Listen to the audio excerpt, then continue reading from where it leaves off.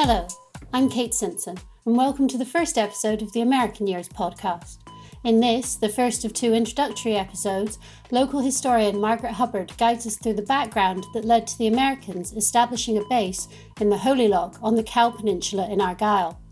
This first episode takes us through World War II from 1939 to 45. The United States Navy arrived in the Holy Loch in 1961 as part of the Cold War. And to truly understand the Cold War and where the Holy Loch story fitted into it, we have to go back to the Second World War itself, because the origins of the Cold War came out of that. This podcast focuses on the Second World War in as far as it relates to the Cold War. And in a second podcast, it will follow on from this, which takes us from the next stretch at the end of the Second World War through to the Americans arriving in 1961. This podcast concentrates on 1939 to 45. Now, the situation in 1939 was that when Britain declared war against Nazi Germany, America was neutral and the USSR, Russia, was on the side of Nazi Germany. That situation continued through 1940.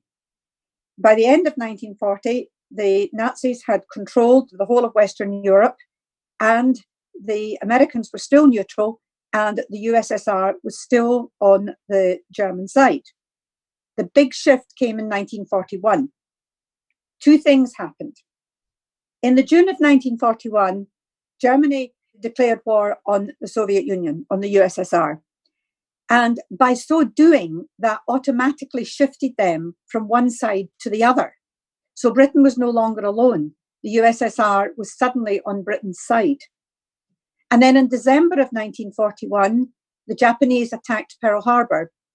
And the Japanese being allied to Germany, this automatically pulled the Americans in to the war, not only against Japan, but also on the same side as Britain. So if you think of the geopolitical situation in 1940, you have Britain on its own with two neutral nations, effectively, one on each side of it.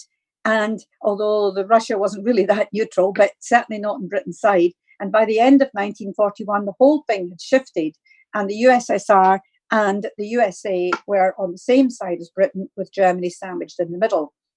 In 1942, the consequences of this began to be evident. In 1942, the Americans and the British landed in North Africa, and after a number of initial setbacks, drove the Germans out effectively of North Africa, which allowed the British and the Americans to be ideally poised to launch an attack through Italy. The situation in the Soviet Union was that the Germans attacked and then they pushed forward. Hitler assumed that the war in the Soviet Union would be over very quickly. In fact, it dragged on for nearly 18 months. And eventually, through the winter of 1942, they had reached the situation where the Germans were attacking the Russians inside Stalingrad, and then the Russians came from behind as well and encircled the Germans. There was nothing the German Sixth Army could do but surrender. And so the Russians were suddenly in a situation where they were no longer defending, but they could then go on the offensive. And in the same way as the British and the Americans could start pushing up through Italy, the Russians could start pushing westwards. So by the time we get to the end of 1943, at the surrender of Stalingrad, the situation was that Germany was being attacked from two sides. Now, in 1943, there was a conference held in Tehran, and the President of America, Roosevelt, and the British Prime Minister Churchill, and the Russian leader Stalin went to this conference. And there, the ideological and personal splits became clear, because while these three nations were effectively on the same side, it was an arrangement of convenience. They didn't like each other, essentially. Roosevelt and Churchill belonged to capitalist democracies. And while they themselves had a difficult relationship, they were essentially politically of the same kind of thinking. Stalin was a Marxist economist and also came from a centralized power system. And so ideologically, there was two belonging to one side and one belonging to the other. And in personal terms, this played through as well. It wasn't just ideological differences. They actually loathed each other. Churchill and Roosevelt had a difficult relationship, but they both loathed Stalin, and Stalin loathed both of them. So it was an arrangement of convenience, but certainly not an arrangement of friends. And the fractures that manifest in the Cold War begin to appear as early on as the Tehran Conference of 43. Now, as the Russians were pushing the Germans back into Germany and the Americans, the British were moving up through Italy, it was apparent to everyone that there had to be a major attack on Western Europe. And Stalin was pushing the other two to do this, to open a second front in Western Europe to take the heat off Russia. And so the planning began for D-Day. And the planning for D-Day was done in huge secrecy. And that secrecy excluded Stalin. So the British and the Americans were working jointly on the D-Day planning, and Stalin was not party to what was actually going on.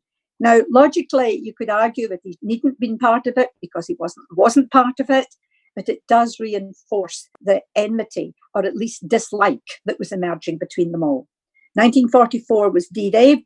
The planning took place in enormous secrecy and then was launched on the 6th of June 1944.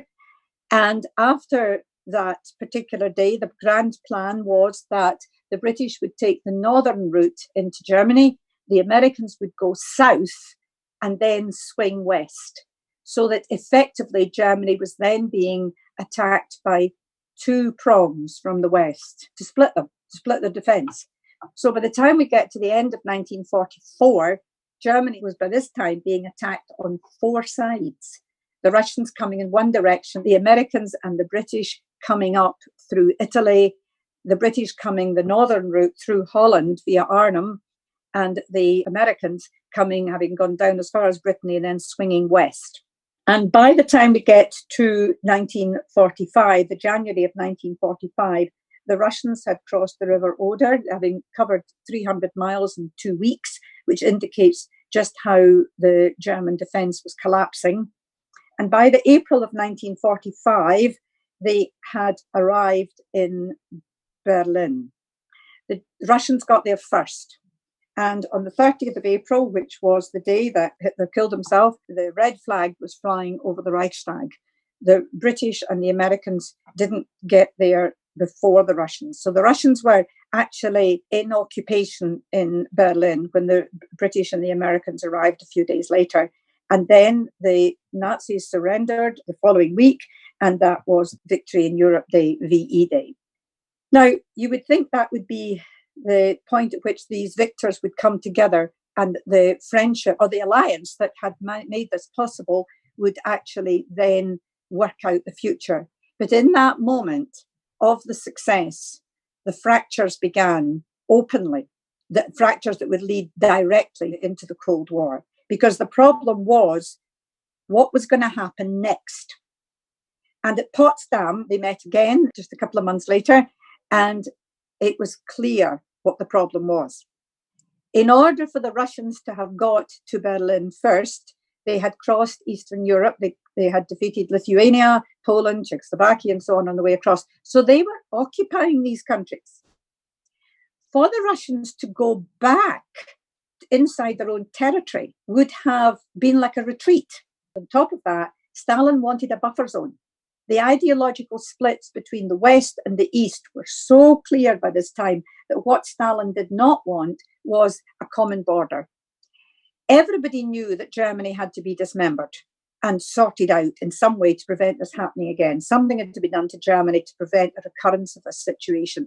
But what was in the interest of the USSR, which was to have the buffer zone, was not what was in the interest of the West. But the Russians were the sitting tenants, so how did you get them out? And the answer was they weren't removed. They sat there in Eastern Europe. So Germany was split. Western Europe was controlled by the French, the British, and the Americans, and Eastern Europe was controlled by the Soviet Union. Berlin itself was a problem, because Berlin sits inside what was East Germany. And Berlin was ideologically so important because it had been the capital.